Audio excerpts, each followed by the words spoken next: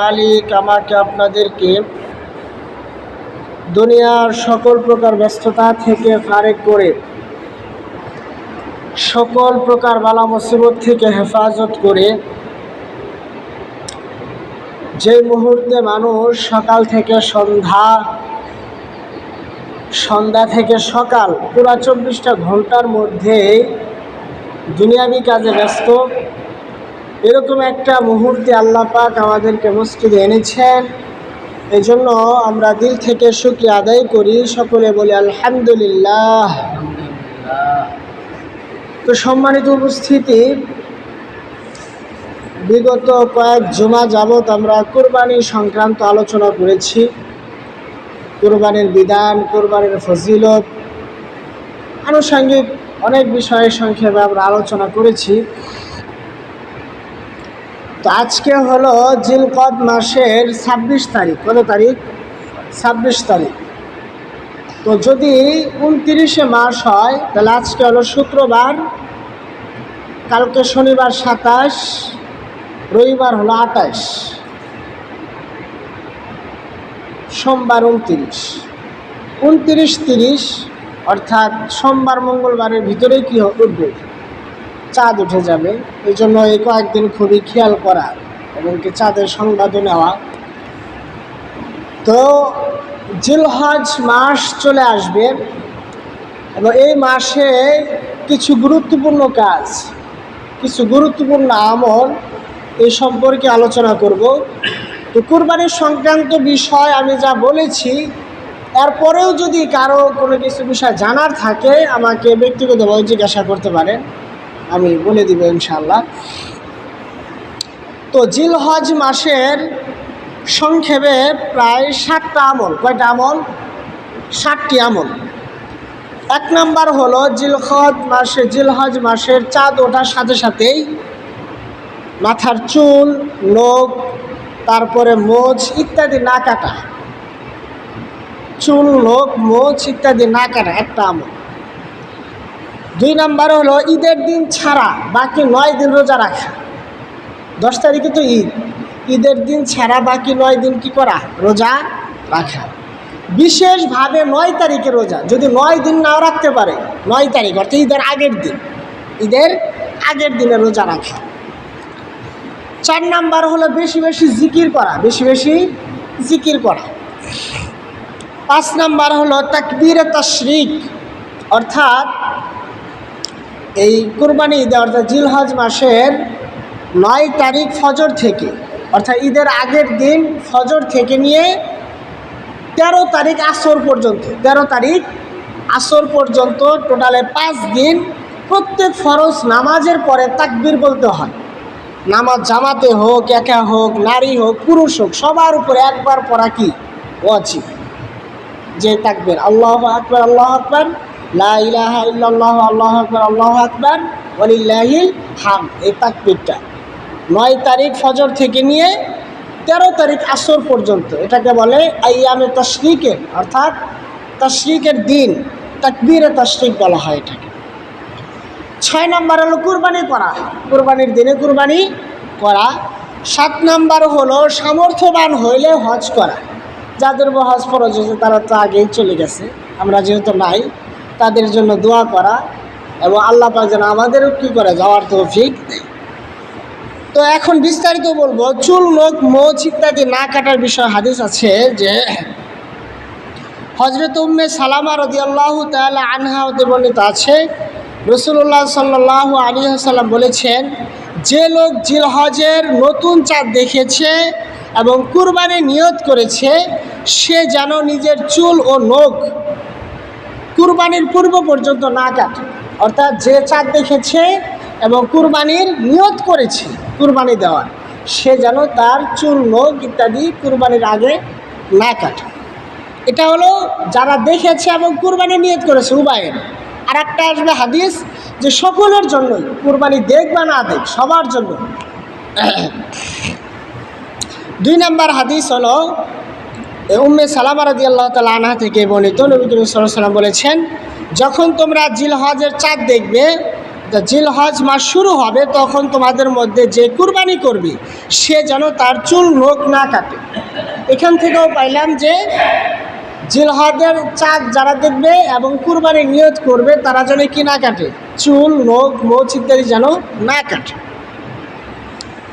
তো আর একটা হাদিস পড়বো, যারা কুরবানি করবে না অর্থাৎ সকলের জন্যই, সবাই যেন এই কুরবানির আগ পর্যন্ত তাদের চুল নখ মোচ ইত্যাদি না কাটে, অর্থাৎ তারা এই চাঁদ ওটাকে আগেই কেটে নিবে, তারপরে আবার কুরবানি করার পরে কী করবে।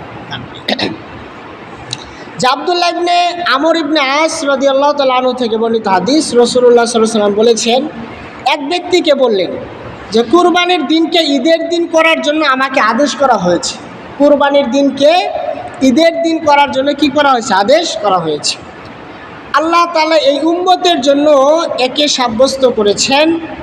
তখন ওই ব্যক্তি বলল, যদি আমার দুধ পান করার জন্য অন্যের দান করা পশু ব্যতীত অন্য কিছু না পায় তাহলে কি আমি তাই কুরবানি করব? নবীজি বললেন, না, কিন্তু তুমি তোমার চুল নখ কেটে ফেলবে এবং গোঁফ ছোট করবে এবং তোমার নাভির নিচের পশম কাটবে, এটাই হবে আল্লাহর নিকট তোমার কুরবানির পূর্ণতা। অর্থাৎ কোনো ব্যক্তির কুরবানি ওয়াজিব হয় নাই, কুরবানি করার মতো তার কাছে কিছুই নাই, সে কি কুরবানি করবে? তো নবীজি বলছে, যারা গরিব মানুষ আছেন বা কুরবানি যাদের উপর ওয়াজিব হয় নাই তারা কি করবে, চাঁদ ওঠার থেকে নিয়ে তাদের চুল মুছ মানে নখ ইত্যাদি কোনো কিছু কাটবে না, কুরবানির দিন এগুলা কাটবে। তাহলে আল্লাহ পাকের পক্ষ থেকে এটাই তার জন্য একটা কী হবে, কুরবানি হবে। এই জন্য আমরা খেয়াল করব যে কখন চাঁদ ওঠে এবং আমাদের যে চুল নখ মোচ যা আছে এগুলো আমরা চাঁদ ওঠার আগেই কী করব, পরিষ্কার করে নেব, যাতে করে 10 দিন আর সমস্যা না হয়। তো আগেই পরিষ্কার করে নেব এবং কুরবানির দিন কুরবানি করে এগুলো আমরা আবার খাবো, তাহলে দেখা যাবে যে কুরবানির সব আল্লাহ দিয়ে দেবে। তো এরপরে যে বিষয় হলো যে ঈদের দিন ছাড়া বাকি 9 দিন রোজা রাখা। তাহলে আমরা একটা আমল পাইলাম যে এই জিলহজ মাসের চাঁদ উঠলেই বাকি কুরবানির আগ পর্যন্ত চুলও কাটা যাবে না, মুছও কাটা যাবে না, হাতের যে নখ আছে এগুলোও কাটা যাবে না, অর্থাৎ যেগুলো আমরা সাধারণত পরিষ্কার করি এগুলো কোনো কিছু কী করা যাবে না, পরিষ্কার করা যাবে না। এটা হলো কোনো ফরজ বিধান না, না করলে সব হবে। কেউ যদি করে ফেলে সে কী হবে না, গুনাহগার হবে না। তো আমাদের তো নেকির প্রয়োজন, কি বলেন, তাই না? সবের দরকার আছে না? একটা নেকির জন্য মানুষ কি করবে, ঘোরাঘুরি করতে থাকবে। তো এত বিশাল পুরস্কার থেকে কোনো বুদ্ধিমান তো পিছিয়ে থাকতে পারে না, কি বলেন, তাই না? এই জন্য এগুলা হলো সব মুস্তাহাব আমল, এগুলা ফরজ ওয়াজিব কিছু না যে করলে গুনাহগার, কিন্তু না করলে সে অনেক সবের ভাগী হবে। তাহলে একটা আমল পাইলাম, চাঁদ ওঠার সাথে সাথেই আমরা আমাদের চুল মোচ নখ ইত্যাদি যা আছে এগুলো আমরা কাটবো না, আগেই পরিষ্কার করে নিব এবং এগুলো পরিষ্কার করবো আবার কোন দিন, কুরবানি করার পরে। একটা আমল পাইলাম। 2 নাম্বার হলো ঈদের দিন ছাড়া বাকি 9 দিন কি করা, রোজা রাখা। মানে এই জিলহজ মাসের ঈদের দিন ছাড়া বাকি 9 দিন কি করা, রোজা রাখা। যে হুনাইদা ইবনে খালিদ রহিমাহুল্লাহ তার স্ত্রী হতে এবং তিনি নবী করিম সাল্লাল্লাহু আলাইহি সাল্লামের কোনো এক স্ত্রী হতে বর্ণনা করেছেন, তিনি বলেছেন রাসূলুল্লাহ সাল্লাল্লাহু আলাইহি সাল্লাম জিলহজ মাসের 9 তারিখ পর্যন্ত, জিলহজ মাসের 9 তারিখ আশুরার দিন এবং প্রত্যেক মাসে 3 দিন এবং প্রত্যেক মাসের প্রথম সোমবার ও বৃহস্পতিবার রোজা রাখতেন।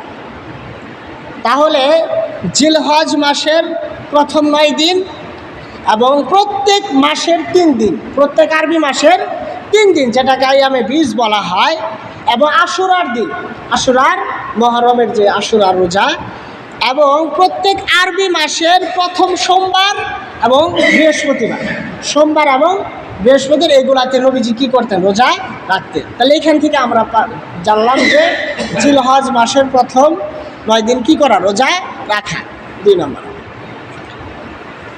তো এরপরে বিশেষ করে 9 তারিখে রোজা কেউ যদি এই প্রথম 9 দিন না রাখতে পারে তাহলে সে যেন অবশ্যই 9 তারিখের টারে একটা রাখতে তার সমস্যা নেই, কি বলেন, তাই না? 9টা রাখতে পারলে খুবই ভালো। কেউ যদি না পারে বিশেষভাবে 9 তারিখের রোজাটা রাখা। তো নবীজি সাল্লাল্লাহু আলাইহি ওয়াসাল্লাম বলেছেন যে আরাফার দিনের অর্থাৎ ৯ জিলহজ রোজার বিষয়ে আমি আল্লাহর কাছে প্রত্যাশা করি যে এর দ্বারা আগের ১ বছর এবং পরের ১ বছরের গুনাহ ক্ষমা করে দিবেন, বলেন সুবহানাল্লাহ। অর্থাৎ ৯ তারিখ যেটাকে আরাফার দিন বলা হয়, ঈদের আগের দিন, জিলহজের কুরবানি অর্থাৎ ১০ তারিখের আগে ৯ তারিখ, এটাকে আরাফার দিন বলা হয়। তো এই রোজার ব্যাপারে নবীজি বলেন, যে ব্যক্তি রোজা রাখবে আমি আল্লাহর কাছে আশাবাদী আল্লাহ পাক তার আগের ১ বছর এবং পরের ১ বছরের গুনাহ কী করে দিবে? ক্ষমা করে দিবে, বলেন সুবহানাল্লাহ। অর্থাৎ অগ্রিম গুনাহ ক্ষমা করে দিবে।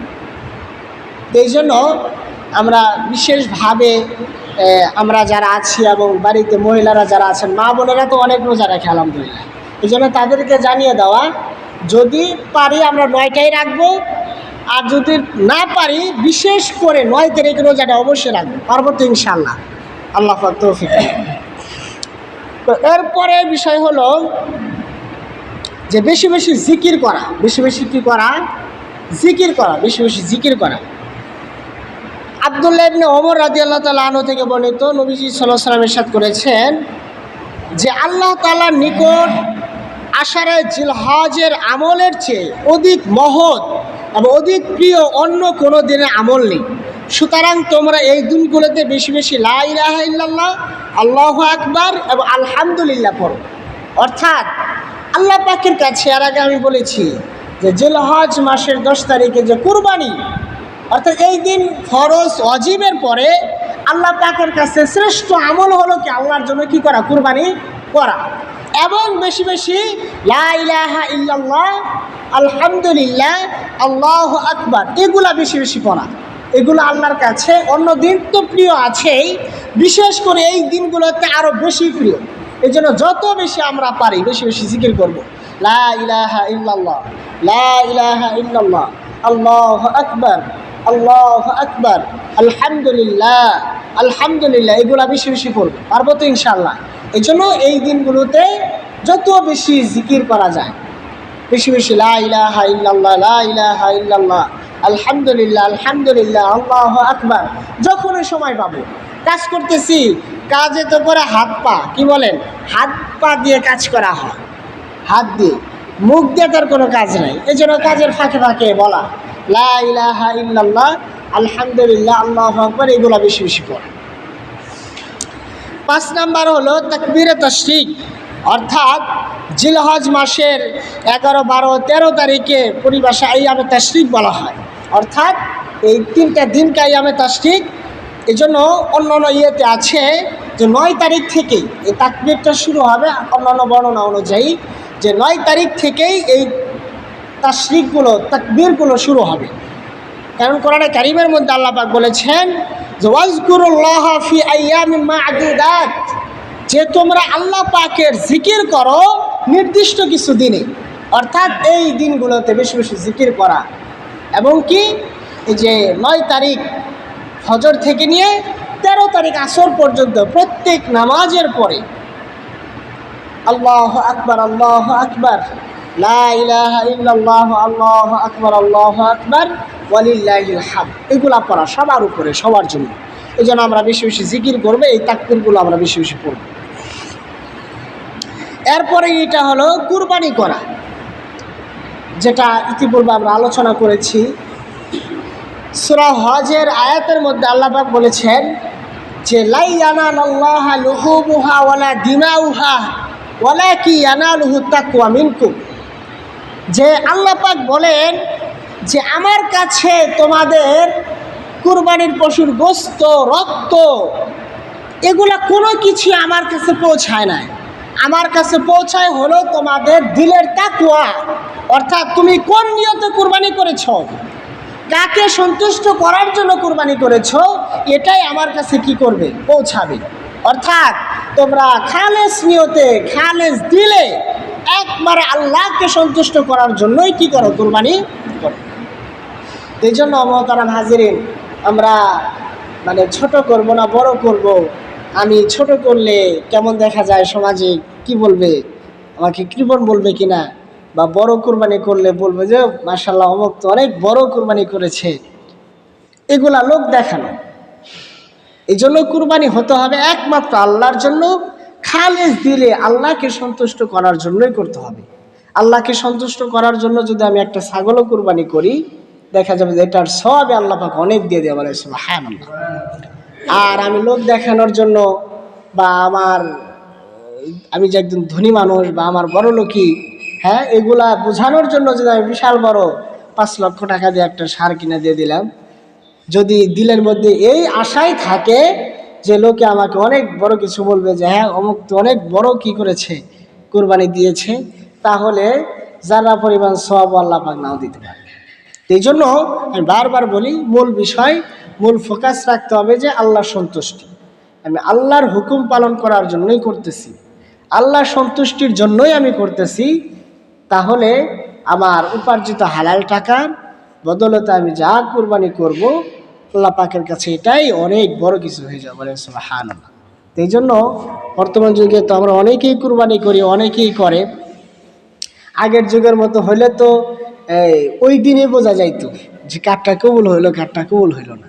তো আল্লাহ পাক মেহরবানি করেছে যে দুনিয়াতে বেজ্জতি করে না, দুনিয়াতে বেজ্জতি করে না। এই জন্য আমরা ওই একটা কথা বলে, কানার বলেই জানা, হ্যাঁ, কে কোন উদ্দেশ্যে আমরা কি করতেছি কেউ না জানলে ব্যক্তি নিজে তো জানে।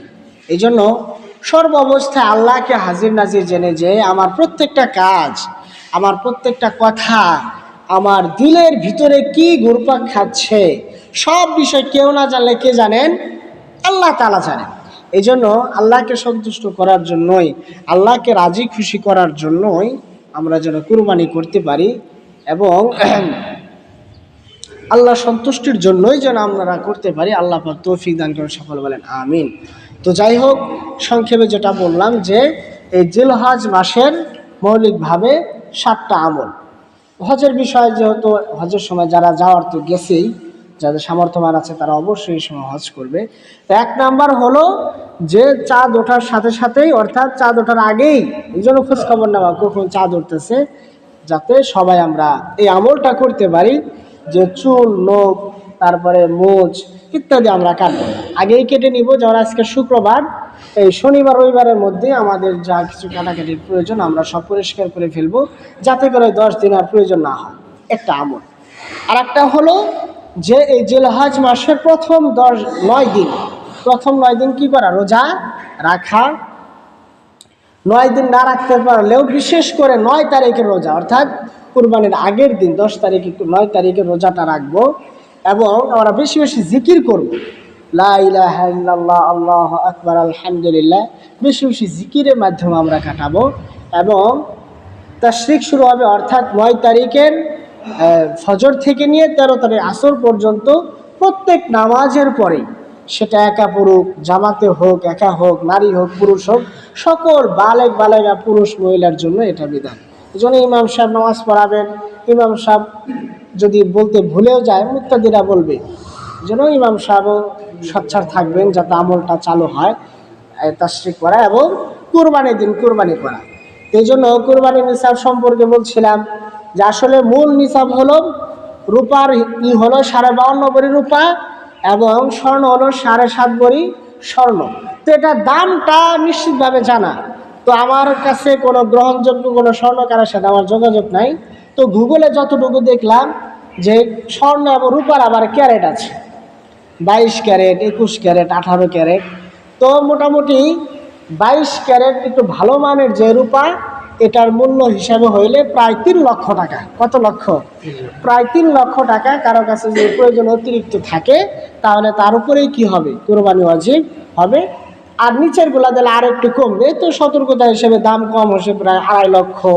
এরকম টাকা যার কাছে বা এই পরিমাণ সম্পদ যার কাছে থাকবে, মানে প্রয়োজন অতিরিক্ত, সেটা ব্যবসার মাল হোক বা অতিরিক্ত কোথাও ইনভেস্ট করেছে, ব্যাংকে আছে, কাউকে ধার দিয়েছে, সব তো তার মালিকানা। তো সব মিলে সবগুলো হিসাব করে যদি কারো কাছে এই পরিমাণ হয়, তার উপরেই কি হবে? ওয়াজিব হবে।